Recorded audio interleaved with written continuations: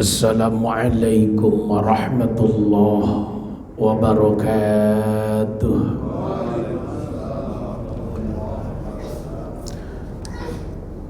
Alhamdulillahil wahidil ahad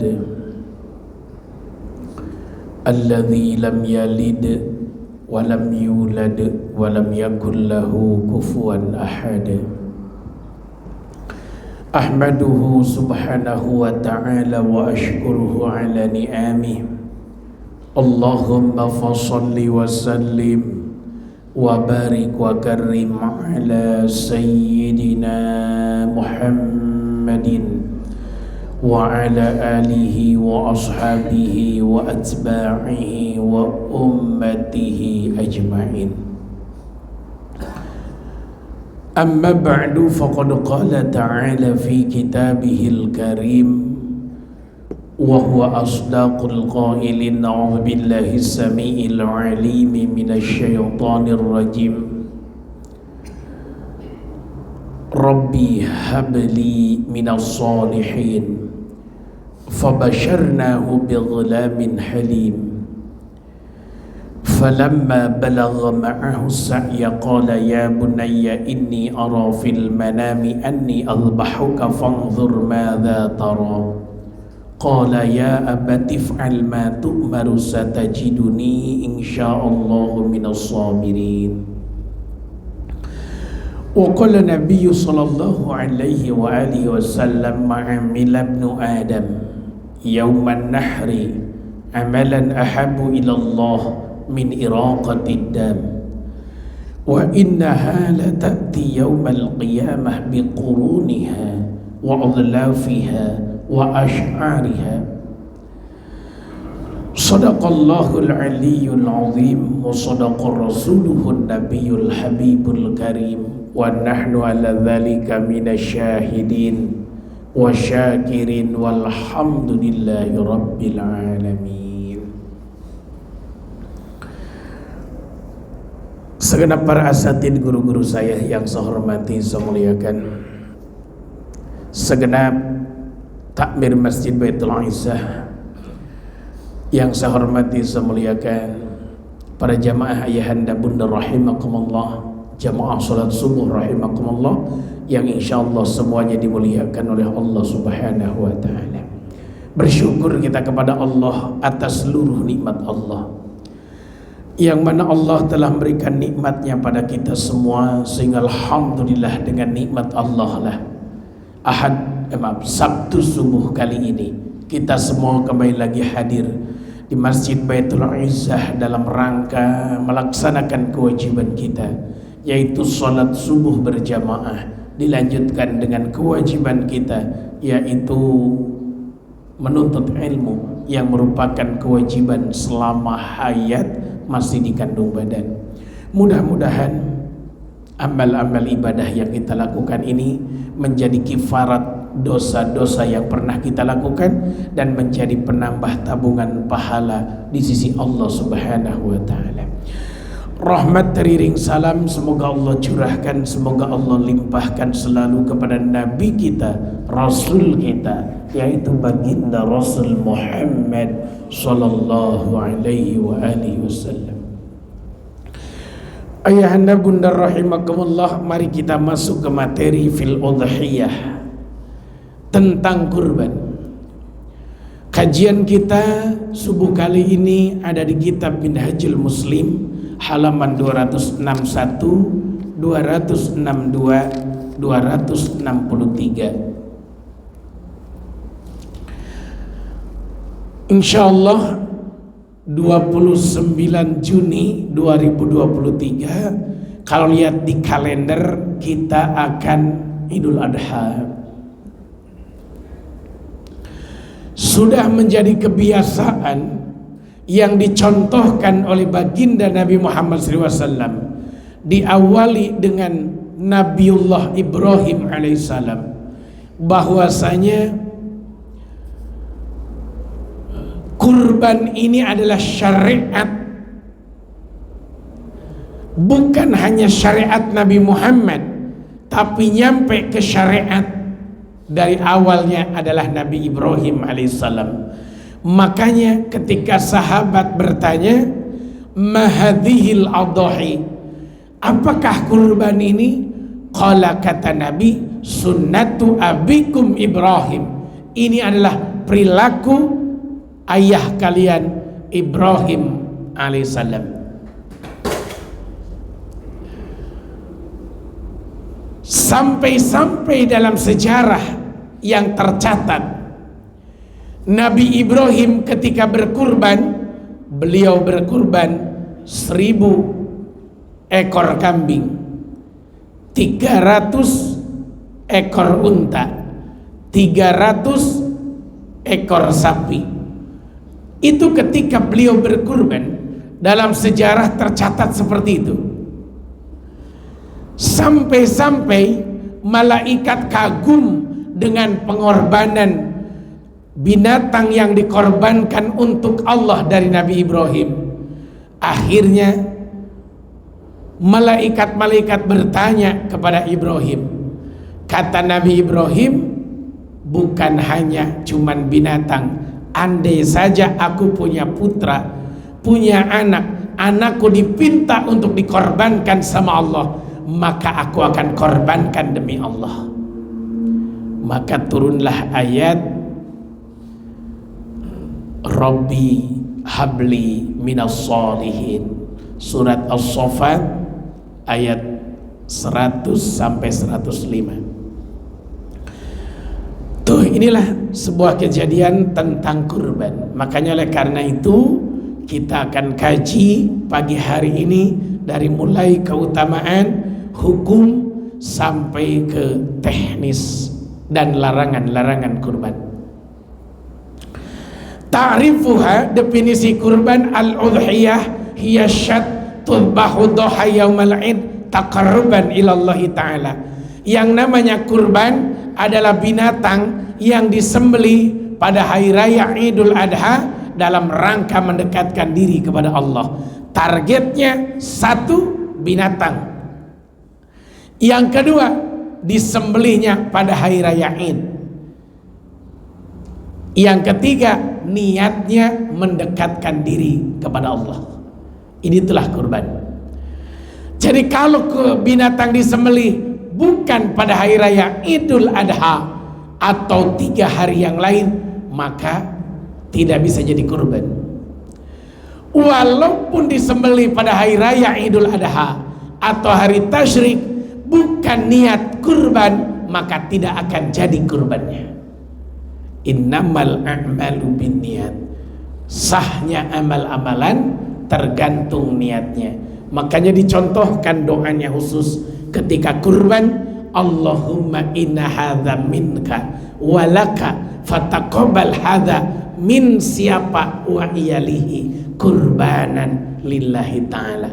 Ya Allah, ketika nyembelih, pisau nempel ke leher unta, ke leher sapi, ke leher kambing. Ya Allah, ini darimu, dan ya Allah, ini untukmu. Terimalah ini dari Muhyiddin dan keluarganya sebagai kurban karena Allah Subhanahu wa ta'ala. Itu diniatkan seperti itu. Makanya hati-hati dalam nyembelih, karena jadi dan tidaknya kurban itu pas nyembelih, sah dan tidaknya kurban itu pas nyembelih, halal dan tidaknya kurban itu pas nyembelih.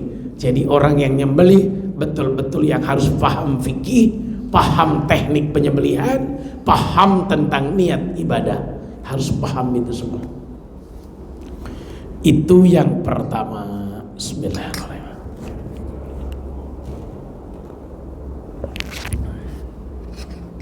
Hukum kurban ada 2. Al-udhiyah sunnatun wajibatun ala ahli kulli baitin muslim qadaru ahluhu alaiha. Hukum kurban ada 2. 1 wajib hukumnya. Bagi siapa? Bagi orang yang nazar pengen berkurban. Kalau saya sembuh dari penyakit saya, maka tahun ini saya akan berkurban. ternyata sembuh, maka hari raya Idul Adha wajib dia berkurban, dan dia tidak boleh makan dari daging yang dia korbankan. Semua korbannya sedekahkan. Ini wajib hukumnya. Yang kedua, sunnah muakkad, sunnah yang hampir wajib. Bagi siapa? Ala ahli kulli baitin muslimin qadaro ahluhu alaiha. Bagi setiap rumah orang muslim yang mampu berkorban tapi tidak nazar, maka hukumnya sunnah muakkad. Siapa yang berkorban mendapatkan pahala luar biasa. Siapa yang tidak berkorban padahal dia mampu, maka dibenci sama Allah dan Rasulnya. Allah sudah ngingetin kita, fasholli li rabbika wanhar, salatlah karena Tuhanmu dan sembelihlah hewan kurban.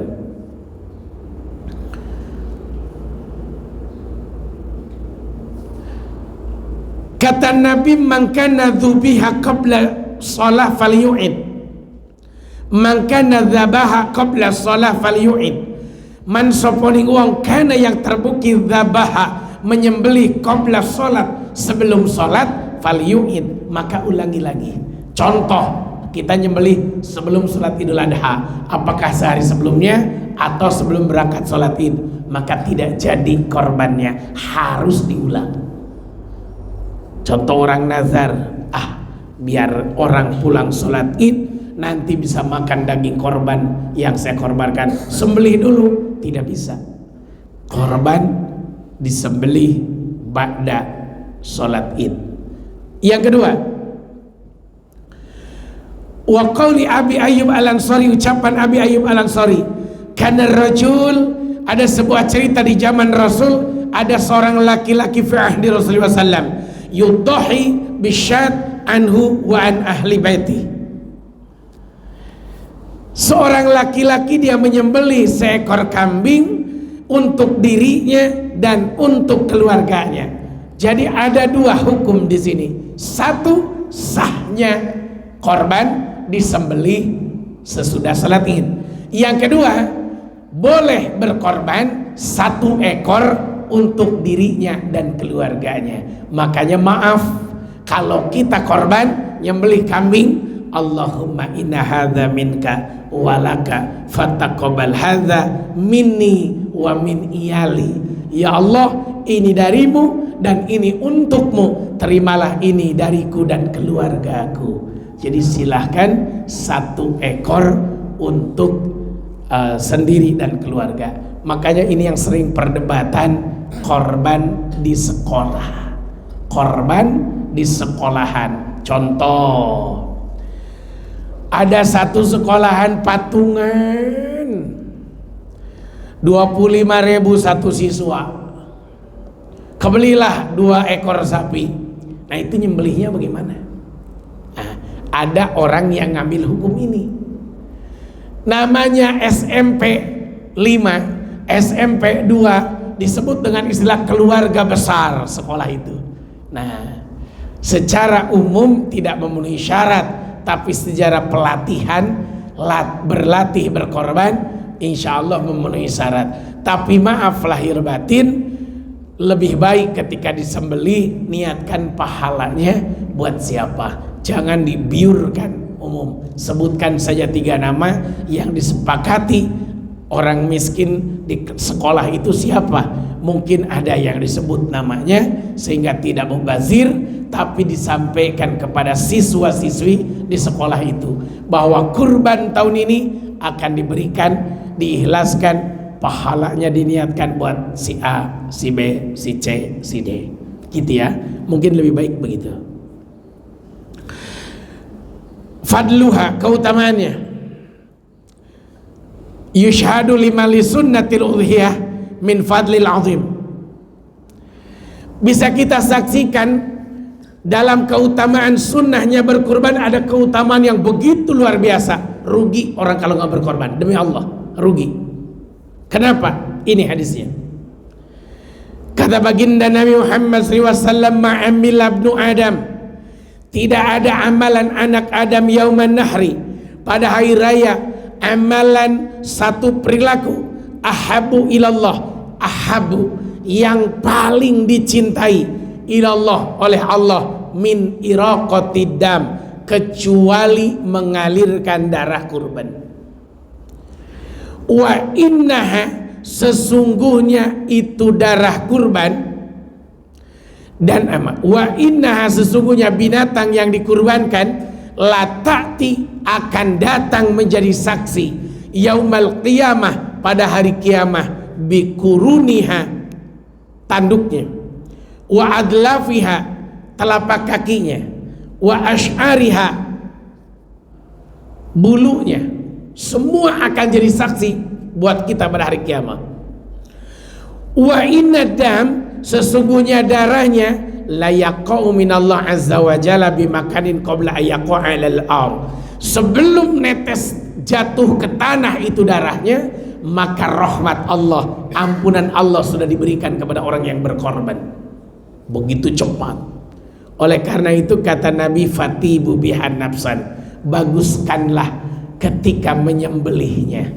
Jangan sampai sakit binatang itu, jangan sampai tersiksa binatang itu, apalagi sampai hidup enggak, mati enggak, jangan sampai.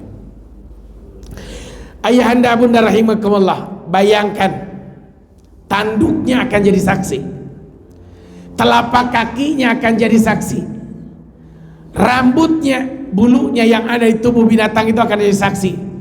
Bayangkan oleh kita, nih 3 kalimah yang diucapkan Nabi ini, 3-tiganya nggak bisa dimakan.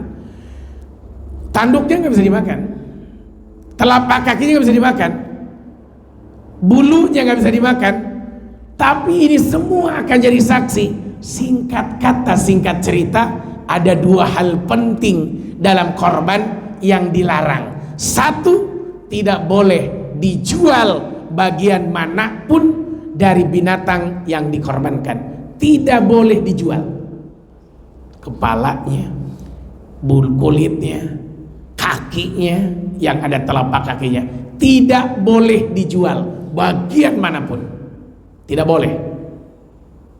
Yang kedua, tidak boleh dijadikan upah. Upah buat yang nyembeli, upah buat yang ngulitin, upah panitia yang kerja, tidak bisa dijadikan upah, tidak boleh. Kenapa?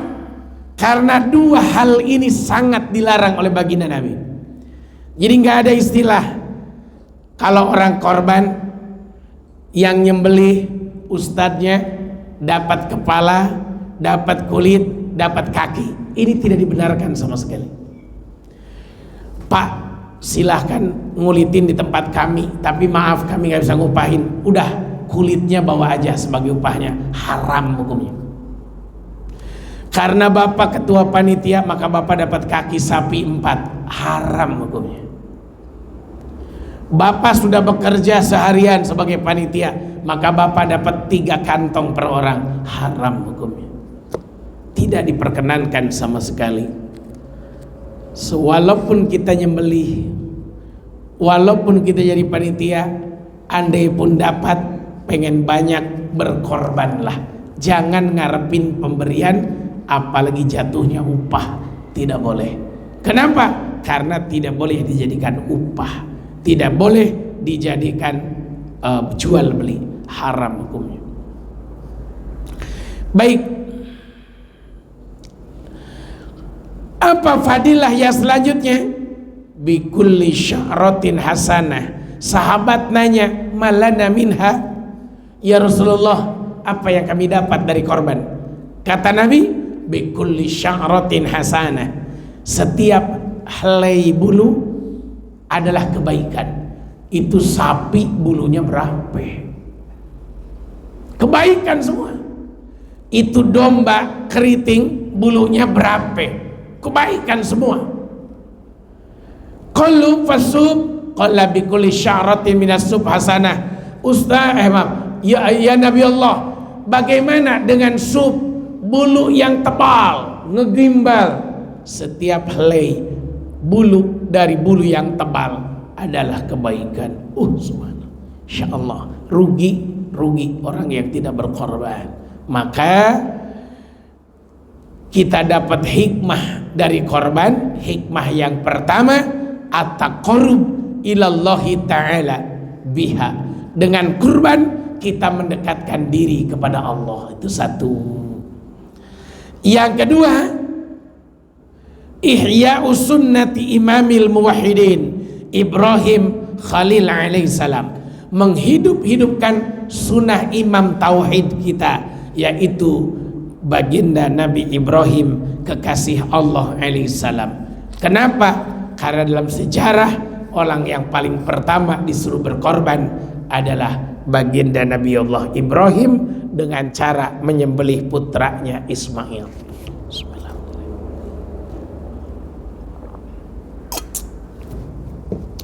Hikmah yang ketiga, at-tausi'atu 'alal iyal yaumal id.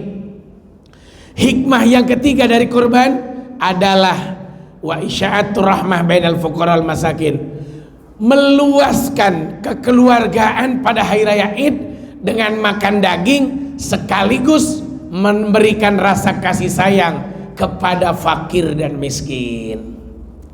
Yang keempat, hikmah dari kurban, syukrullahi ta'ala ala ma sakhkhara lana min bahimatil an'am, bersyukur kepada Allah atas ditundukkannya binatang sama kita. Makanya maaf, dalam Quran surat Al-Hajj ayat 36-37 Allah mengingatkan, fakulu minha wa at'imul qani'a wal mu'tar kadzalika sakharnaha lakum la'allakum tashkurun la yanalallahu luhumuha wala dima'uha walaki yanaluhu taqwa minkum. Kata Allah, fakulu, makanlah oleh kalian, minha, dari binatang itu, wa at'imu, berikanlah oleh kalian, al-qani, orang miskin yang tidak minta-minta, wal mu'tar, dan orang miskin yang minta-minta. Kadzalika sakharnaha lakum la'allakum tashkurun. Itulah Allah sudah tundukkan kepada kita binatang. Sapi begitu besar tapi disembelih dengan mudah. Kerbau begitu besar tapi disembelih dengan mudah. Kalau zaman dulu kan nyembelih itu tarik kiri, tarik kanan, blok, jatuh, sembelih. Sekarang udah gak begitu lagi ya. Sekarang udah tinggal giring doang ke alatnya. Setelah masuk ke alat itu tinggal dideketin, lalu tinggal dimiringkan, tinggal disembelih, nggak ada penyiksaan. Semua masjid sekarang sudah punya alat itu di mana-mana. Jadi nggak ada lagi tarik kiri, tarik kanan, menyiksa sapi. Tidak ada sekarang. Udah nggak musim, tuh ya. Udah nggak musim. Kalau di tempat kami itu ada Pak Rahmat namanya, beliau khusus tempat pembuatan alat itu. Makanya kita udah nggak pernah lecet lagi tangan, tinggal giring doang, dituntun satu orang aja masuk ke besi itu. Udah tinggal diikat, udah nyampe, udah rapetin dinding kiri, dinding kanan, udah tinggal miringkan saja, tinggal nyembelih, selesai. Nggak usah lagi keluar tenaga, buat, akhirnya babak belur. Udah nggak musim. 5 tahun ini udah nggak musim begitu. 5 tahun ini sudah musimnya nggak pakai tenaga begitu. Tenang, nggak akan lari, nggak akan kabur. Orang belakang udah dikunci, depan udah dikunci, samping tinggal dipepetin, udah selesai. Miringkan. Oh, sekarang udah begitu di mana-mana Pak. Kemarin satu masjid musola Al-Hijrah pesan ke kita untuk alat penyembelihan seperti itu. Silahkan bapak-bapak dipermudah, jangan siksa itu binatang. Karena Nabi nyuruh fatibu bihan nafsan, ngelepas nafasnya, jangan sampai menyakitkan, sampai memar badannya karena dijatuhkan begitu kencang.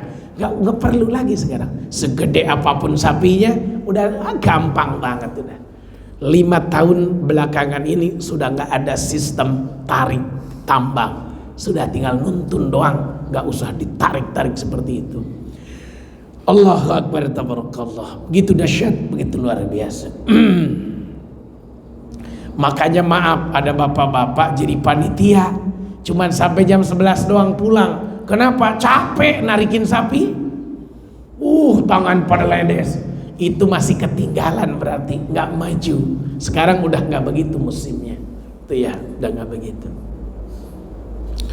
Dulu kalau saya disuruh nyembeli sebuah masjid, Ustaz tolong nyembeli tempat kami, saya repot.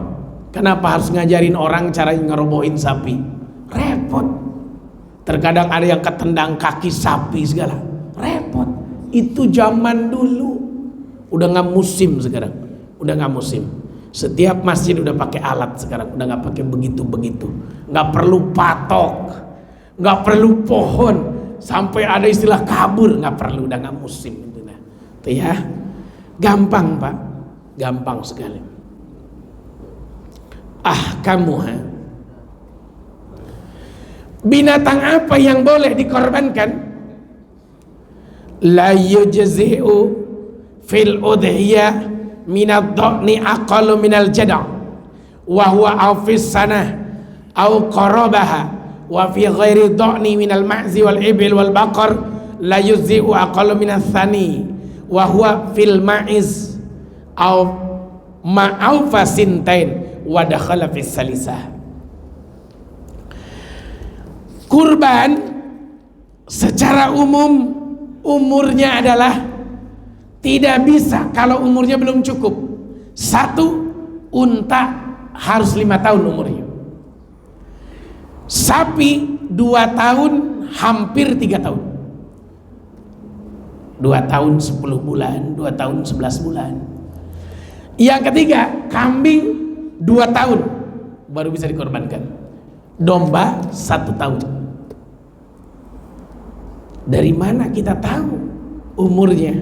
Makanya kalau beli sapi sekalian minta akte kelahirannya. Tanggal berapa dia lahir? Itu ya. Gitu.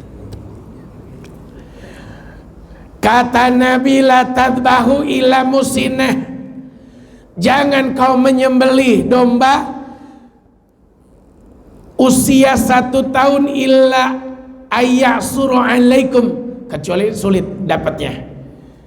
Fatadbahu jad'ah minad dha'ni wal musinah minal an'am minat thaniyah. Jadi maaf, domba 1 tahun udah diukur, kambing usia 2 tahun udah diukur. Silakan dicari ya. Biasanya orang kampung mah tahu yang punya kambing. Kalau giginya sudah ganti 1, maka itu udah cukup umur. Gimana cara lihat ganti giginya? 1 bisa aja tidak ada giginya, yang 1 ya.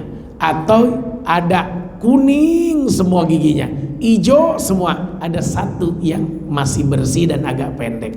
Tandanya dia sudah ganti gigi. Begitu ya. Kan kambing nggak pernah gosok gigi ya. Jadi kelihatan jelas. Yang kedua, salamatuha. Selain cukup umurnya, binatang yang dikorbankan harus salamatuha, sehat, selamat. La yujzi'u fil udhiyah siwas salimah. Tidak boleh binatangnya dikorbankan jadi binatang yang untuk dikorbankan kecuali salimah, selamat, min kulli naksin fi halqatiha, dari seluruh kekurangan dalam bentuk tubuhnya. Gak boleh pincang, gak boleh buta, gak boleh telinganya hilang, gak boleh tanduknya patah, gak boleh buntutnya putus, gak boleh. Harus selamat. Oleh karena itu fala tujzi'u al-aura. Enggak boleh binatang yang picek itu dijadikan kurban. Walal ajfa walal arja, tidak boleh binatang yang pincang, tidak boleh.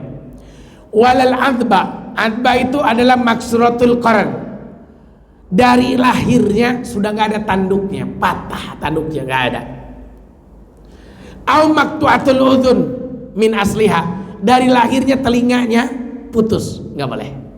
Kecuali begini, dibawa ke kita ke masjid ngadu telinganya putus, itu nggak masalah. Tadinya enggak. tanduknya patah, tadinya ada, lagi ngadu kena pohon patah, itu nggak masalah, itu bukan cacat. Oke. Walal marido, nggak boleh binatang yang sakit, udah tahu ini penyakit, binatang lagi kena covid dipakai kurban, nggak bisa. Ini udah tahu kambingnya kena diabetes, jangan dijadikan kurban. Kenapa binatang yang sakit tidak boleh dipakai kurban? Karena akan dimakan oleh kaum muslimin. Gampang dilihat, ketika lidahnya putih, keluaran tetesan-tetesan dari hidung dan bibirnya, itu tandanya binatang itu sakit. Nanti ketika dibelah, hatinya itu ada totol-totol hitam, pertanda binatang itu sakit. Pisahkan, pisahkan. Jangan sampai disatukan dengan yang lain. Begitu. Dokter hewan yang tahu biasanya.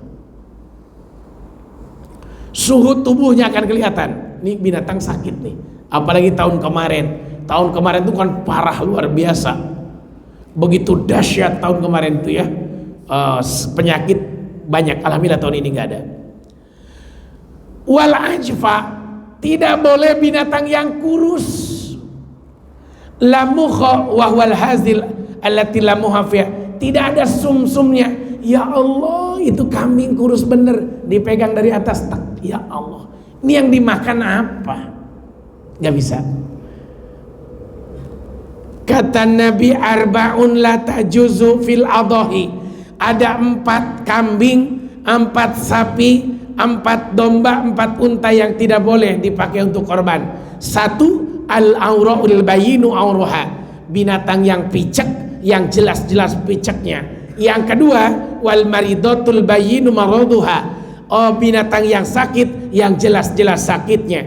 Yang ketiga, wal arja al bayyinu dil'uha, yang pincang, jelas-jelas pincangnya. Yang ketiga, wal kasiratul lati latunki, binatang yang kurus, tidak ada dagingnya, maka tidak boleh dijadikan kurban.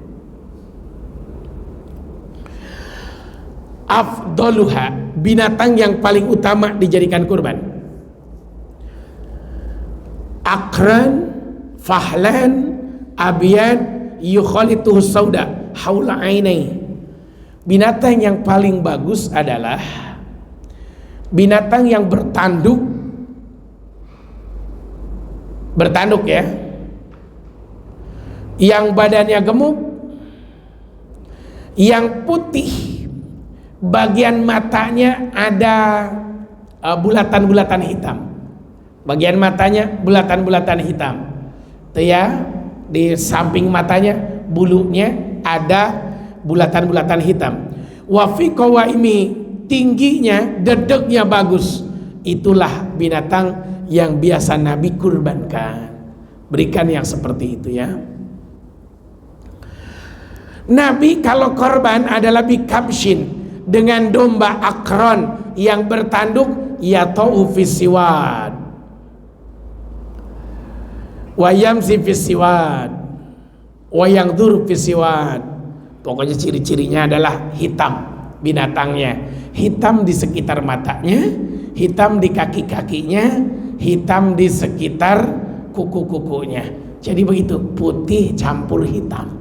Itu ciri khas binatang kesukaan baginda Nabi ketika berkorban. Selanjutnya waktu dabhiha, waktu menyembelihnya. Waktu menyembelih kurban itu ada 4 hari. Hari raya Id, hari tasyrik 3 hari. 10, 11, 12, 13. Hari tanggal 9-nya kita puasa, 10-nya, 11, 12, 13 itu kita menyembelih. Apa yang disunahkan ketika nyembelih? Satahabu ayyuwajiha ilal kiblat. 1, hadapkan wajah binatang itu ke kiblat. Makanya kalau kita pakai alat penyembelihan gampang Pak. Kita gali di bawahnya, di bawah alat penyembelihan kita gali, lalu tinggal dorong aja. Nanti dimiringkan langsung ke arah kiblat. Udah tinggal nyembelih, set, udah selesai. Nggak susah Pak. Enteng sekali, gampang banget ya, gampangnya luar biasa. Hadapkan ke kiblat, Lalu berkata orang yang nyembelih, makanya kalau ngamuk sapinya kan repot. Ini mah udah tenang. Maka berdoa, inni wajjahtu wajhiya lilladzi fataras samawati wal ardh hanifan muslima wa ma ana minal musyrikin.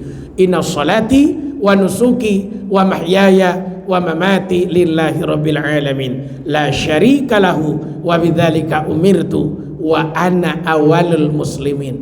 Ketika sudah nempel pisau ke leher, ayyakula bismillah wallahu akbar.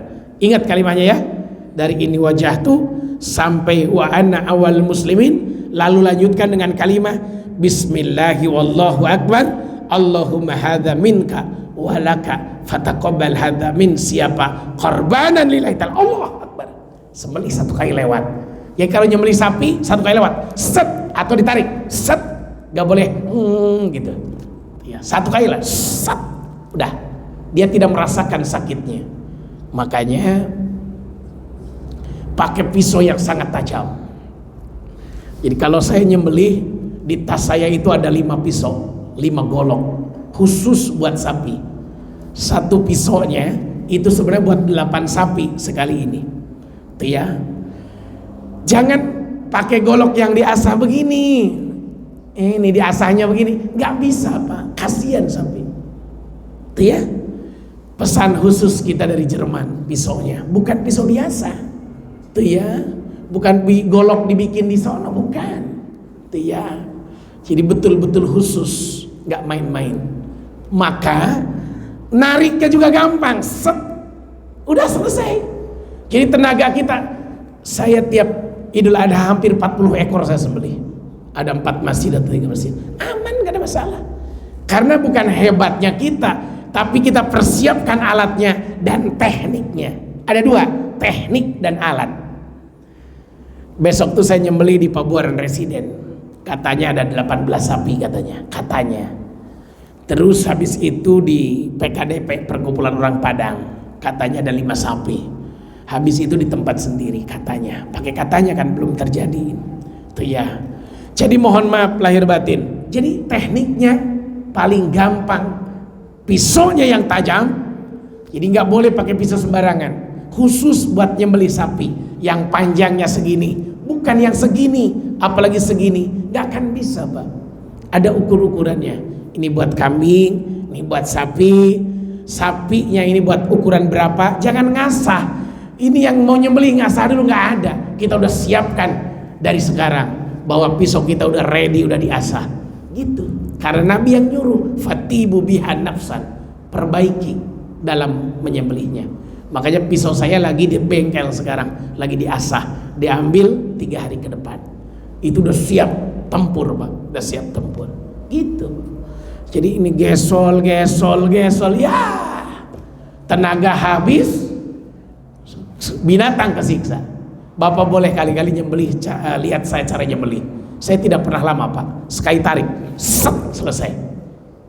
Nggak ada, udah lewat udah. Karena udah ada standarnya, standar ukurannya. Makanya hari ini di gedung MUI ada pelatihan Julaiha namanya. Julaiha itu cara menyembelihan yang halal. Hari ini ya, pesertanya ada 70 orang kurang lebih ya hari ini, insya Allah. Hari ini jam 8 pagi sampai jam 3 sore. Selanjutnya, cuman sudah ditutup pesertanya Pak. Jadi jangan pengen ikutan, udah ditutup pesertanya, sudah nggak bisa, udah ditutup. Selanjutnya, boleh nggak diwakilkan? Aslinya yang nyembelih itu yang korban aslinya. Sunnahnya, saya korban kambing, saya nyembelih. Saya korban kambing, sapi, saya nyembelih. Sunnahnya, boleh nggak diwakilkan sama ustadz? Maaf, tukang jagal belum tentu dia paham fikih. Makanya terkadang dia begini sistemnya tukang jagal. Dia sembelih, nanti tusuk lagi sama dia. Ditusuk lagi tengahnya. Nah ini yang salah. Maka jadi bangkai. Sembelih, tusuk lagi dia tengahnya biar cepat mati. Ini nggak bisa. Teknik seperti ini dalam kitab Fathul Mu'in tidak dibenarkan sama sekali. Itu ya. Biarkan dia mati. Ketika kita udah angkat pisau, tidak boleh disentuh lagi. Biarkan dia mati. Kalau umpamanya kok nggak mati-mati, ambil lagi pisau, maka akan jadi bangkai, haram hukumnya dimakan. Ini pernah kejadian di Pasar Kemis. Ada DKM maksain diri nyembelih, air sembelih lah, ternyata nggak mati itu sapi. Udah sejam nggak mati, ambil lagi pisau, gelek lagi baru mati. Udah disembelih 2 kali, bingung, lari ke Abah Uci, almarhum al-maghfur lah, masih hidup waktu itu. Kata Abah Uci, gali tanah yang dalam, kubur itu bangkai. Panitia ganti sapi orang. Di situ panitia harus hati-hati dalam nyembelih. Saya titip, hati-hati Pak, karena halal dan tidak pas nyembelih, sah dan tidak ya kurban pas nyembelih, gak boleh sembarangan. Selanjutnya kismatul mustahabah, cara baginya. Bagi daging kurban tuh dibagi 3 sunnahnya. 1/3 buat yang korban kalau nggak nazar, 1/3 buat tetangga yang korban, 1/3 buat fakir miskin. Kalau di tempat saya di pesantren, sapi sembelih sama saya, diambil dagingnya, ditimbang seluruh daging, setelah ditimbang dibagi 3, 1/3 buat yang korban, 1/3 buat tetangga yang korban, 1/3 buat fakir miskin, dipisah. Maka orang korban di tempat kita itu dapatnya 8 kilo per orang. Karena apa? 1/3 dari sapi itu banyak, 8 kilo kali 7, begitu. Makanya kalau orang udah kurban di tempat kita pengen ikutan lagi, karena di masjid biasa dapat 2 kilo, 3 kilo, karena sistemnya tidak ditimbang dulu. Itu yang pertama. Yang kedua, sapi yang satu dengan sapi yang satu nggak boleh kecampur dagingnya. Kenapa nggak boleh kecampur? Kan itu nggak boleh ketukar. Muhyiddin korban yang ini, tuh ya, Pak Haji Puji korban yang ini, nggak boleh. Punya saya kecampur kekasih ke Pak Haji Puji, Pak Puji nggak boleh haknya dikasih dari yang saya, nggak bisa, kan niatnya beda, sapinya beda, harganya beda. Nah itu yang terjadi di masjid-masjid, ditumpuk daging, sok kasih Pak yang korban dulu. Daging siapa yang dikasih? Saya tanya, daging siapa? Nggak bisa sembarangan. Berikan orang yang korban haknya dari binatang yang dikorbankan, bukan dari korban punya orang. Itu masjid-masjid sembarangan sekali. Kalau saya nggak berani Pak. Pak Haji Puji beli sapi 35 juta, saya beli sapi 25 juta, harganya udah beda, bobotnya udah beda, dagingnya kualitasnya udah beda. Kita zolim panitia kalau Pak Haji Puji dikasih dari punya saya. Orang bukan punya dia, niatnya kan beda. Ketika nyembeli, ini buat Pak Haji Puji, ini buat punya saya, nggak bisa, beda. Nah itu yang sering terjadi di masjid, ditumpuk daging, lalu yang korban dulu kasih, yang dikasih daging siapa saya nanya, itu aja. Kan 1/3 itu dari yang diniatkan, bukan dari punya orang. Terkadang ada yang lucu di sebuah masjid, udah jadi panjang ini. Sapi pertama disembeli, selesai, buat yang korban dulu semua, kasih dari sapi pertama. Berarti nggak ada yang buat fakir miskin dong. Habis itu. Ini maaf ya, ini masjid yang terkadang ceroboh. Panitia jadi panitia siap tenaga, tapi ilmunya nggak siap. Nggak boleh dicampur. Berikan haknya fakir miskin ya fakir miskin. Tetangga ada non muslim, ada di hak tetangga. Ya, yang orang korban, kenapa sampai dapat 8 kilo dagingnya doang dari buat yang korban? Dia punya keluarga, harus ngasih ke keluarganya. Lebih banyak lebih baik. Yang korban itu mau minta buntut boleh, mau minta kepala boleh dari binatang yang dia korbankan, silahkan. Yang penting jangan lebih dari setengah, gitu kan? Silahkan saja. Orang dia korban mau ngasih, begitu. Ya terkadang di situ kesalahan yang saya temukan. Yang kedua kesalahan yang saya temukan, sapi disembelih, dagingnya dicacak, panitia konsumsi ngambil daging pakai ember, ngambil daging buat dimasak, buat makan panitia. Halal nggak itu? Nggak bisa Pak, daging itu belum ada pemiliknya. Jangan-jangan yang kita ambil hak fakir miskin, nggak bisa. Kalaupun toh mau ngambillah dari hak pengurban, tapi minta ikhlas kepada pengurban.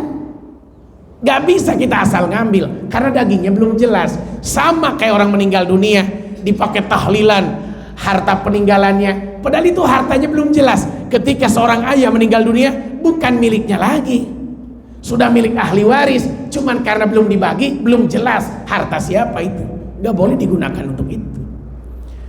Allahu Akbar. Terakhir, ujratu jaziriha,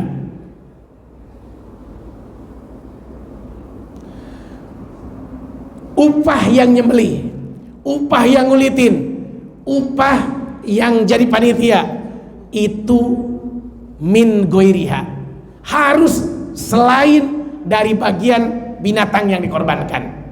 Jadi kalau ada uang operasional 200.000 per orang, itulah yang dijadikan upah, itulah yang dijadikan buat upah panitia, itulah yang dijadikan upah tukang ngulitin, bukan yang jadi panitia dapat 5 kantong. Makanya selalu saya ultimatum di masjid sendiri, walaupun saya nyembelih, tolong kirim ke rumah saya apa yang diberikan kepada orang yang bukan panitia, itu boleh dikirim ke saya. Tapi kalau kepala segala macam karena ustadz nyembelih, maaf lahir batin, saya makannya akan haram, karena tidak boleh dijadikan upah buat saya, nggak bisa tuh ya. Jadi jangan rakus kita. Prinsip kurban kan cuma satu, Pak, lebih baik banyak yang makan daripada makan banyak. Ini prinsip kurban.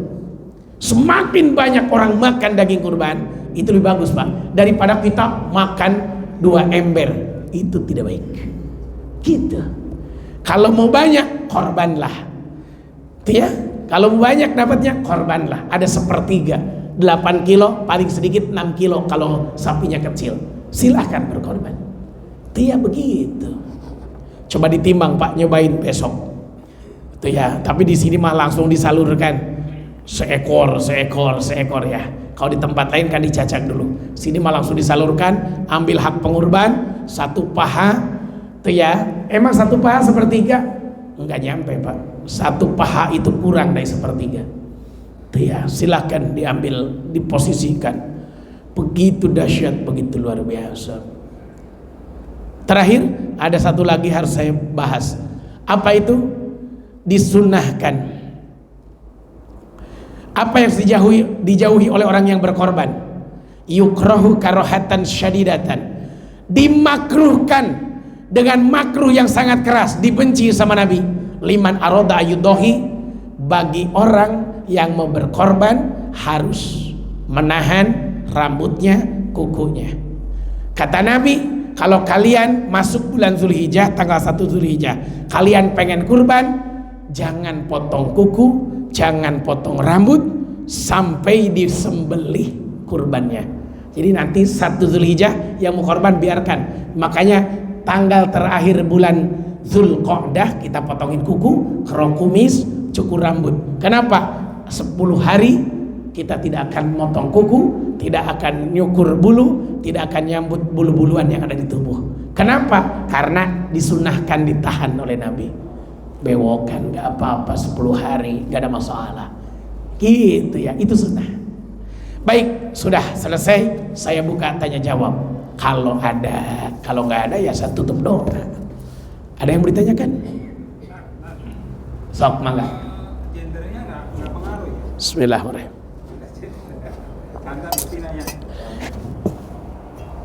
Woman, laki-laki dan perempuan boleh nggak? Tidak ada pengaruh. Kurban akikah tidak ada pengaruh itu, Pak. Tidak ada pengaruh. Tidak pernah ada keterangan khusus. Dulu suka ada begitu, jangan kambing perempuan. Nah, tidak ada, Pak. Ya, tidak ada. Cuman memang dianjurkan yang laki-laki karena khawatir yang perempuan punah, keturunannya punah maksudnya. Tapi maaf lahir batin, tidak ada aturan itu.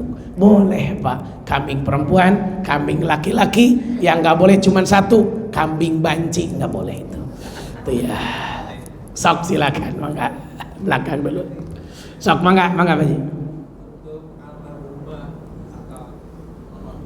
Bolehkah kurban buat orang meninggal? Kurban itu buat orang hidup. Andai pun disembelihnya, pahalanya buat orang meninggal boleh. Sekali lagi kalimatnya. Kurban itu buat orang yang hidup kewajibannya. Tapi kalau dia nyembelihnya niat pahalanya buat almarhumah, itu bukti anak yang soleh. Udah boleh, silahkan. Tuh ya, yang nggak boleh itu almarhum kurban karena takut kalau bangkit lagi dari kuburan. Yang boleh itu orang hidup, cuman niat pahalanya buat almarhum itu boleh. Tuh ya, itu yang saya tahu. Sama seperti haji badal, sama seperti sodakoh ke masjid, niat pahalanya buat almarhum, silahkan boleh. Ada lagi yang mau didiskusikan? Mangga Ustaz. Boleh nggak kalau misalnya masjid itu menyediain kurban, terus dia mengambil untung dari Baik. proses apa namanya itu kurban itu? Proses pembelian. Proses pengelolaan, penjualan gitu. Baik. Itu boleh nggak sih ngambil untung? Ada 5 yang dilarang kan? 1, panitia ngambil untung, itu haram hukumnya. Panitia ngambil untung haram hukumnya. Itu 1 ya, nomor 1, baru 1 ya. Udah ngeri ya.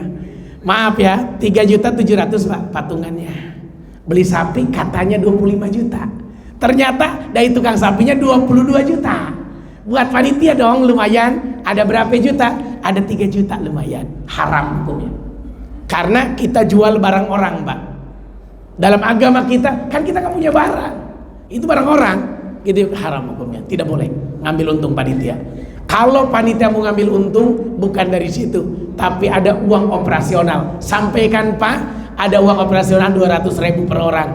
Dari 1 ekornya 1.400.000. Nah maaf Bapak, kami sampaikan ini buat upah yang nyembelih sekian, buat upah yang ngulitin sekian, buat upah panitia per orang 100.000. Itu silahkan sampaikan. Tapi kalau dari bisnis itunya tidak boleh. Contoh harganya dinaikin atau beli yang lebih murah tidak sesuai dengan yang kita sampaikan, haram hukumnya. Yang kedua, yang haram adalah panitia menjual kulit kurban, tidak boleh, atau bagian manapun tubuh yang dikorbankan, haram. Yang ketiga, panitia haram menerima upah dari bagian tubuh binatang yang dikorbankan, bagian manapun. Selanjutnya haram apa lagi? Panitia haram apa lagi dalam korban? Apa lagi?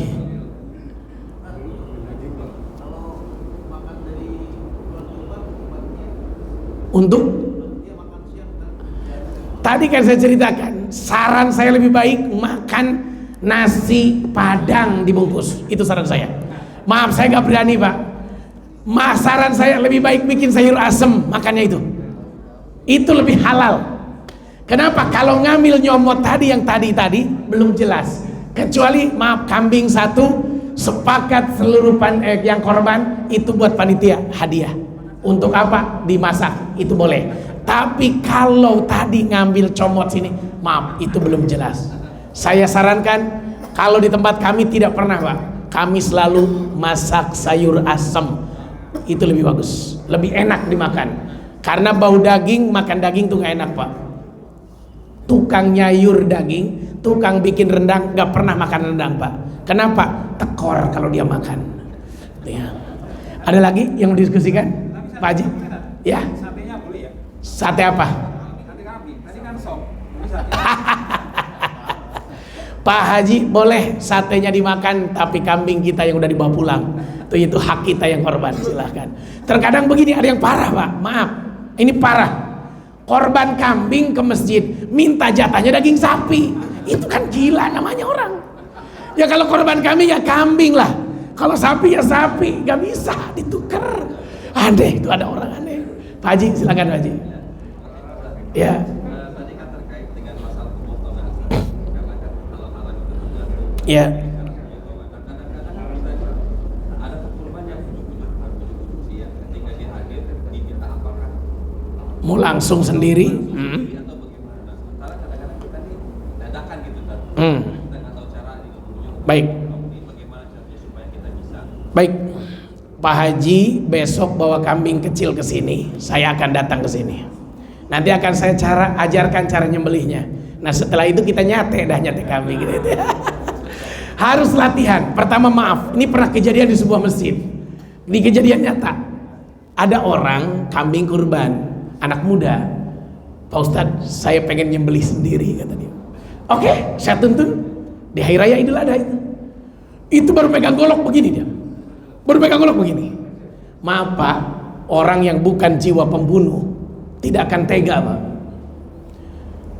Kalau kita nyembelih sapi, kambing, tenaga tuh ngumpul di sini Pak semua. Kalau nggak bisa melakukan itu, jangan harap. Karena dia akan getar. Itu saya sampai akhirnya saya pegangin, saking dia pengen, saya pegangin tangannya, ikut pegang golok. Karena khawatir nggak sah, saya ngeri. Hati-hati Pak. Jadi silahkan, karena maaf, orang kalau biasa jadi imam, bisa jadi imam karena biasa Pak. Orang bisa mandiin jenazah karena biasa. Sama. Nyembelih kambing sapi itu bisanya karena biasa. Makanya biasakan tiap tahun kurban, biasakan nyembelih sendiri. Kita dampingin cara nyembelihnya biar gak salah. Itu ya, nanti akan saya ajarkan caranya. Bagaimana, seperti apa, kecepatannya seperti apa, lewatnya pisau. Jangan sampai pisau malah kena tangan kita lagi. Itu ya Pak ya. Itu ada strateginya Pak, ada strategi khusus. Ada satu lagi Pak, disembelih sama si A, dagingnya bau semua. Disembelih sama si A, si B enak dagingnya. Itu ada Pak, ada ilmunya. Sampai di Mauk itu kalau saya nggak bisa nyembelih hari pertama, ditunggu mau hari ketiga juga. Kenapa? Kata dia, Ustadz ini mah kalau nyembelih bau, jadi saya nunggu Ustadz aja. Tuh ya, saya bingung kenapa penyebabnya. Ternyata ada beberapa hal penting di situ. Boleh dicoba Pak. Ada yang kalau disembelih sama dia tuh dagingnya anyep, kayak mau basi. Ada yang gitu. Makanya disitulah yang Allah berikan tuh orang macam-macam kelebihan. Hati-hati. Maaf. Satu masjid ini, maaf, di masjid ini kurban kambing Pak. Maaf, ada yang baunya seminggu gak hilang-hilang. Tapi ada penyembelih hari itu juga langsung hilang baunya. Itu ada ilmunya Pak, dipelajari khusus. Tapi Allah berikan keutamaan kepada orang-orang khusus. Tidak semua bisa. Boleh dicek Pak, kita bisa buktikan. Gitu ya. Baik, udah cukup ya. Mari kita tutup dengan doa. Allahumma sholli wa sallim ala sayyidina Muhammadin fil awwalin wal akhirin. Wa barik wa karim radhiyallahu tabaraka wa ta'ala kulli sahabati Rasulillah ajma'in. Alhamdulillahi rabbil alamin hamdan syakirin hamdan na'imin hamdan yuafi ni'amah yukafi mazidah. Ya Rabbana lakal hamdu wa lakal syukru wa lakal mulku wa huwa ala kulli syai'in qadir. Allahumma inna asbahna nushiduka wa nushidu hambalata arshik wa malaikataka wa jami' khalqika annaka antallah la ilaha illa anta wahdaka la syarika lak wa anna Muhammadan abduka rasuluk. Allahumma inna nas'aluka ridhaka al-jannah wa na'udzubika min sakhatika wan nar. Rabbana ighfir lana dhunubana wa liwalidayna warhamna warhamhuma kama rabbayana shighara. Rabbana atina fid dunya hasanah fil akhirati hasanah wa qina adzabannar. Fadlika subhana rabbika rabbil izzati amma yasifun. Salamun alal mursalin walhamdulillahi rabbil alamin. Itu yang bisa sampaikan. Maafkan bila ada ucapan yang tidak berkenan. Yang benar itu dari Allah, yang salahnya kebodohan pribadi saya mohon ampun kepada Allah. Subhanakallahumma bihamdika asyhadu an la ilaha illa anta astaghfiruka wa atubu ilaik. Billahi taufiq wal hidayah wal afa minkum. Assalamualaikum warahmatullahi wabarakatuh. Allah